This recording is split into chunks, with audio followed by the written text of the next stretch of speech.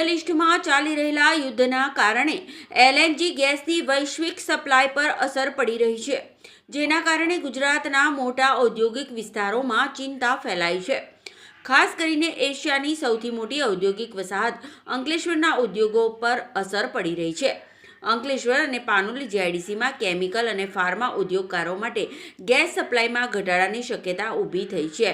Gujarat gas company દ્વારા ઉદ્યોગોને મોકલવામાં આવેલી ઈમેલ સૂચના મુજબ એલએનજી ગેસની ઉપલબ્ધતા ઘટતા રજિસ્ટર ઉદ્યોગોને આપવામાં આવતો ગેસ પુરવઠો લગભગ 50% સુધી ઘટાડવામાં આવી શકે છે, જ્યારે નોન રજિસ્ટર એમએસએમઈ ઉદ્યોગોને ગેસનો વપરાશ બંધ કરવા માટે પણ સૂચના આપવામાં આવી છે.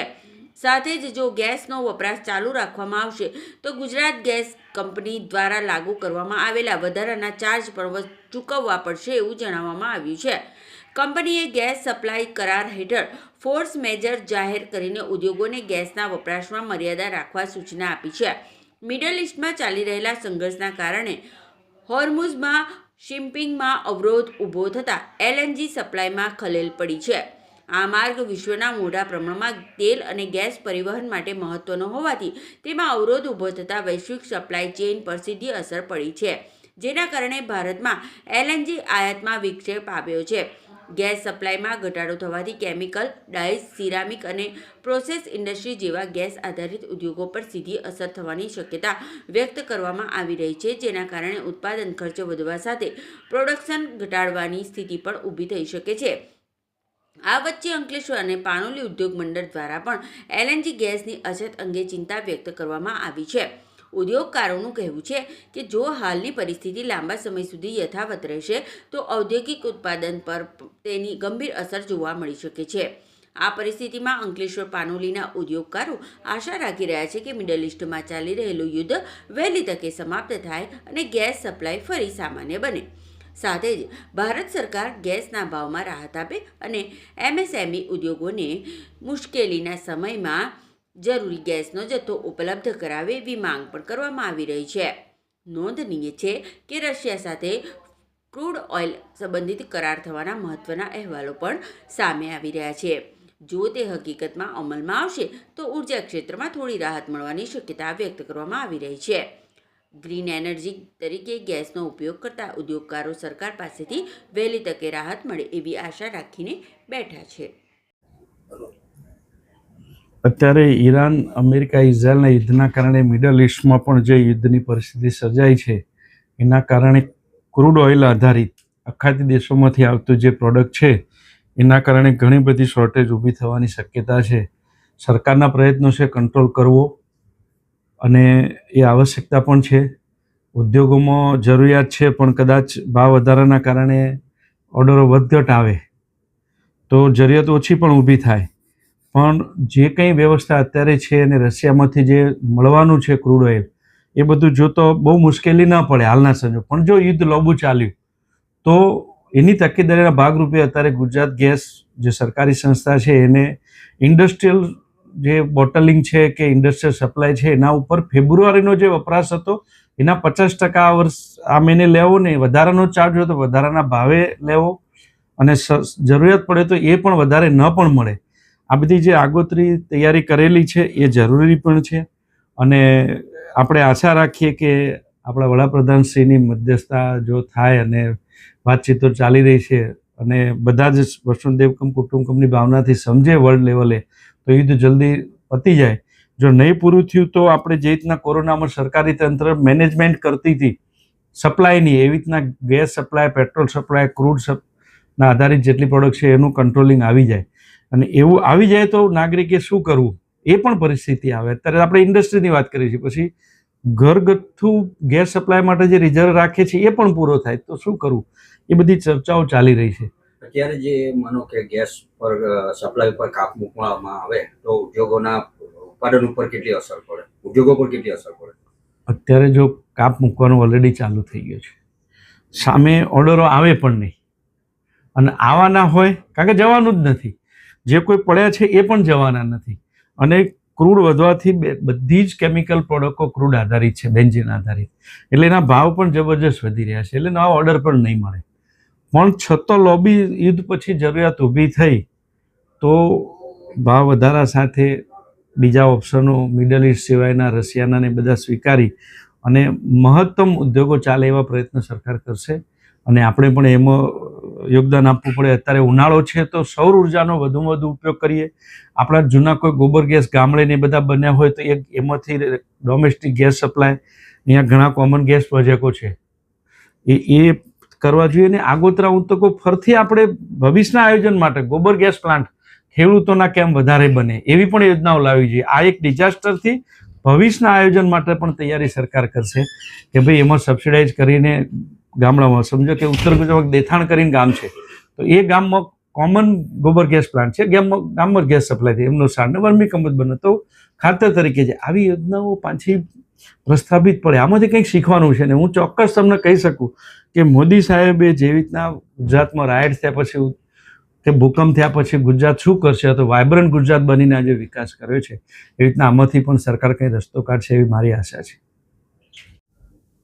કલ્પેશભાઈ, જે મિડલ ઇસ્ટની અંદર જે યુદ્ધ ચાલી રહ્યું છે એના લીધે પેટ્રોલિયમ પેદાશો પર મોટી અસર થવા માંડી છે અને એમાં ખાસ કરીને જે ગેસ છે ઇન્ડસ્ટ્રીને જે ગેસ સપ્લાય પૂરો પાડવામાં આવે છે, જો આ જ પ્રકારની જો પરિસ્થિતિ રહેશે તો ઉદ્યોગો પર કેવી અસર, ઉત્પાદન પર કેવી અસર થશે? અચ્છા, ખાસ કરીને અત્યારે જે મિડલ ઇસ્ટ ને જે ખાડી દેશોમાં જે અને જે યુદ્ધો ચાલી રહ્યા છે એને લીધે ખાસ કરીને પેટ્રોલિયમ પ્રોડક્ટ છે લાઈક સોલવન્ટ્સ બધા અને ગેસ બંને આપણે ત્યાંથી આખું બંને પુરવઠો આપણે ત્યાં દેશમાં આવી રહ્યો છે, આયાત થઈ રહ્યો છે. તો એના રિગાર્ડિંગ કહીએ તો ફાર્મા ઉદ્યોગ ઉપર એક અસર થશે કારણ કે જે ગેસ લાઇનનું જે આજે ગુજરાત ગેસ લાઇનમાંથી જે કંઈ એક સર્ક્યુલર આવેલો છે એને આધારિત બી લોકો બધા ચિંતામાં છે કે ભાઈ કઈ રીતે આપણે એને મેન્ટેન કરશું, કઈ રીતે આગળ કરશું ઉદ્યોગને રિલેટેડ.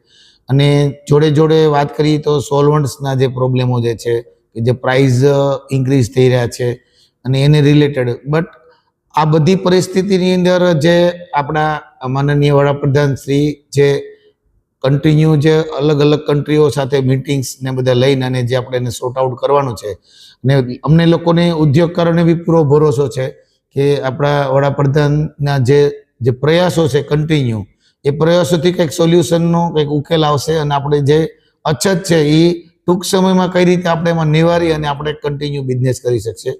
અને બીજો એક પ્રશ્ન એ છે કે જે આપણું એક્સપોર્ટ જે મટીરિયલ જે થાય છે જે ખાડી દેશોના બાય શિપ એની ઉપર બી એક અસર આવશે.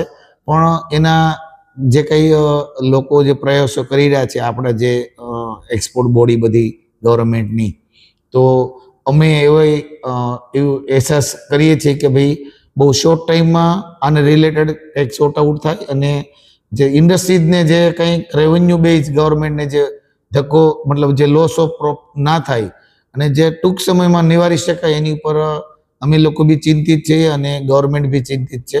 તો કદાચ માનો કે યુદ્ધ લાંબુ ચાલ્યું અને એની અંદર જે ગેસ પુરવઠા પર જો હાલમાં પણ કાપ મૂકવામાં આવે છે તો યુદ્ધ લાંબુ ચાલશે તો ગેસ પુરવઠા પર જે સપ્લાય હમણાં જે કાપ મૂકવામાં આવેલો છે તો એની ઉપર ઉત્પાદનમાં કેટલી મોટી અસર?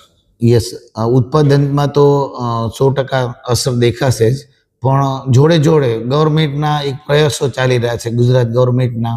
લાઈક અત્યારે આપણે એક સર્ક્યુલર એવું ગુજરાત બોર્ડનું જીપીસીબી તરફથી કે ભાઈ તમે જે લોકો બોઇલરમાં ગેસ યુઝ કરો છો તો એના માટે ઇમિડિયેટ કોઈ પણ પ્રકારની પરમિશન વગર તમને અત્યારે લાકડા અથવા જે બ્રિકેટ યુઝ કરી અને તમે જે ઉત્પાદનને અસર ના થાય એના માટે પ્રયાસો એક લેવલ ઉપર એક સર્ક્યુલર આવી ગયો છે.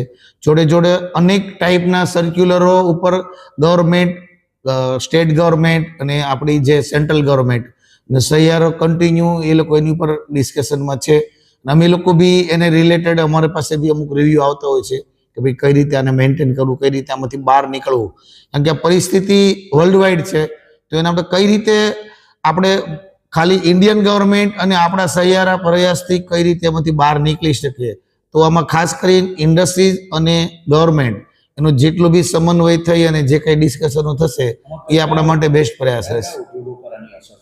ખાસ કરીને મેજર તો આપણે ન્યૂઝમાં જોઈ રહ્યા છીએ કે ભાઈ મોરબીમાં જે ટાઇલ્સ ઉદ્યોગ છે, ફાર્મા ઉદ્યોગ છે, કેમિકલ્સ લાઈક આપણું મોટી ઇન્ડસ્ટ્રી છે બાજુમાં આપણે દહેજમાં, તો ત્યાં બી આની ઇફેક્ટ દેખાશે કારણ કે બધી સ્પેશિયાલિટી કેમિકલ્સથી લઈને બધામાં આ લેવલનું ફ્યુલ તરીકે કોઈ RM તરીકે રો મટીરિયલ તરીકે યુઝ થતું હોય છે, આયાત રો મટીરિયલ્સ બધું, એની ઉપર બી ઇફેક્ટ થવાના 100% ચાન્સ છે.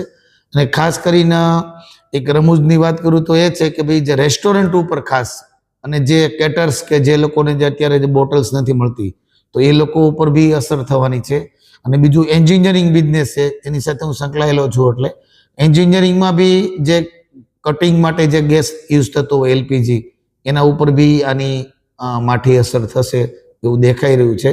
પણ અમને બી એક 100% આત્મવિશ્વાસ છે કે ભાઈ આપણી ગુજરાત ગવર્મેન્ટ અને સેન્ટ્રલ ગવર્મેન્ટ મળી અને આના માટેના જે કંઈ ઓપ્શનો કે જે કંઈ પુરવઠા માટેનો જે અત્યારનો જે ગેપ છે એ કેટલી ટૂંક સમયમાં એને મિનિમાઇઝ કરી અને જે કંઈ બેસ્ટ થઈ શકે એની પર કામ કરી રહ્યો છે એ આપણા માટે ગૌરવની વાત છે કે આજે ઉદ્યોગ માટે કન્ટિન્યુ સેન્ટ્રલ અને સ્ટેટ ગવર્મેન્ટ ચિંતિત છે. એના માટે અમે ખાસ બંને ગવર્મેન્ટના આભારી છીએ કે ભાઈ અમારી જોડે તમે લોકોએ જે ખંભો આપેલો છે તો અમને બી કંઈક વિશ્વાસ છે કે કંઈક આપણે આમાંથી ઉગરી શકશું એમ.